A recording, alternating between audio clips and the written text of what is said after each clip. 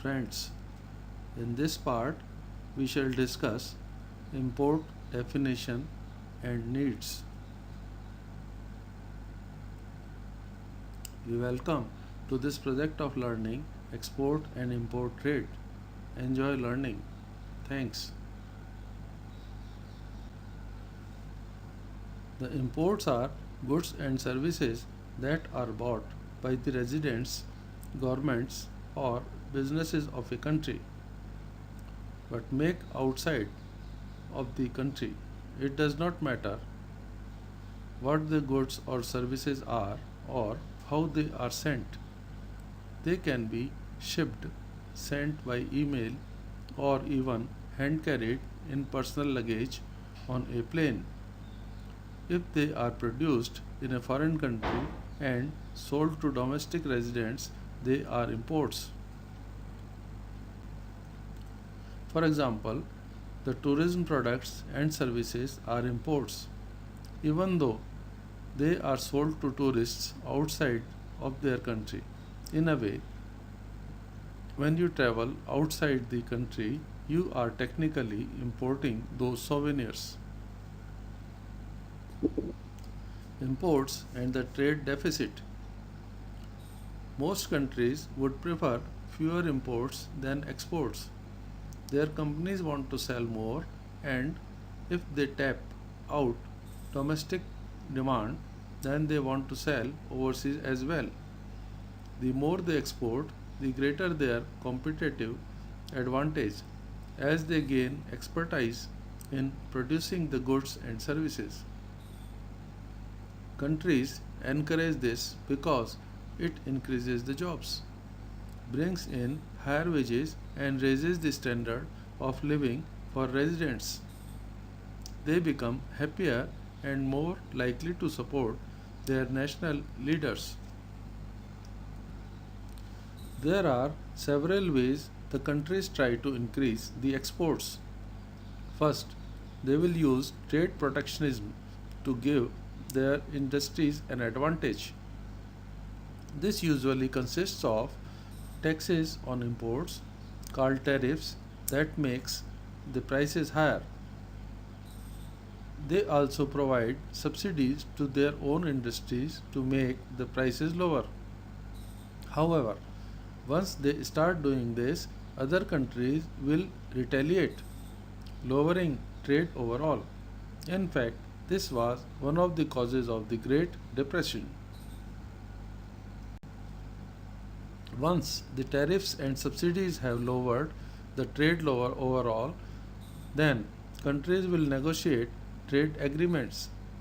This allows greater exports by reducing trade protectionism.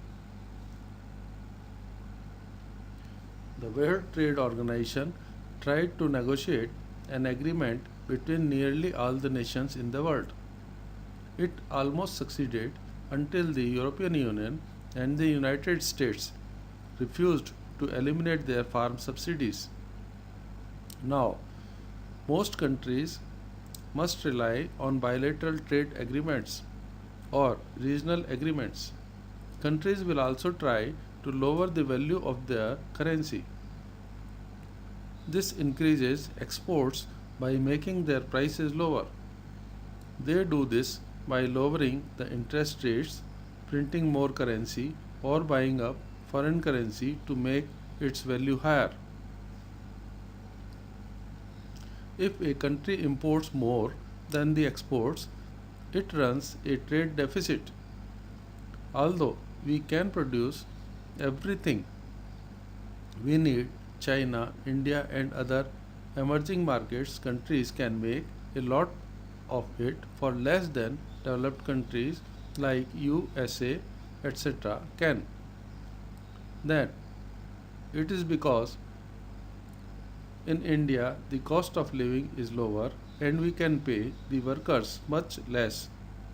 This is known as the country's comparative advantage. Balance of payments. Definition, description of accounts, impacts of deficit. A country's balance of payment is made up of the current account financial accounts, and the capital account. The current account measures international trade and the net income on investments, as well as direct payments. The financial account describes the change in the international ownership of the assets. The capital account includes miscellaneous financial transactions that does not affect the economic output. The balance of payments is important because it will tell you whether a country has enough savings and other financial transactions to pay for its consumption of imports. It will also tell you if it is producing enough economic output to pay for its growth. A country with a balance of payment deficit probably imports more goods, services, and capital than it exports. It is also borrowing from other countries to pay for its imports. This can be good for a while so the country can fuel economic growth. However, if it continues for years, then the country may be seen as a net consumer, not producer, of the world's economic output. It may have to sell off its assets, such as natural resource and commodities, to pay for its consumption. Eventually, other countries may wonder if their investment will pay off. A country with a balance of payment surplus is probably exporting much of its production. In addition, its government and residents are savers, providing enough capital to finance this production and even lend to their countries.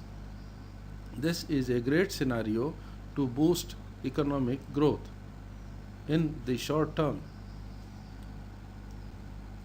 However, in the long term, this country needs to encourage its residents to spend more and build a larger domestic market. This will keep it from being too dependent on export driven growth.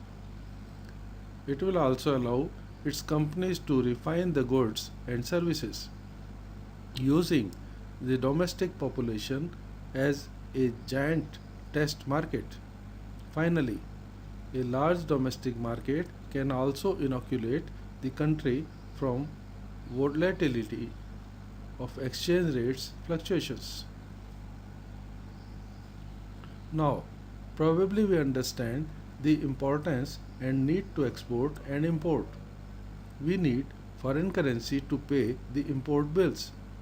If we can treat the foreign currency as commodity, just like say sugar, wheat or any other item which can be bought from the market, we can understand the foreign currency and fluctuations in its rate in relation to the domestic currency.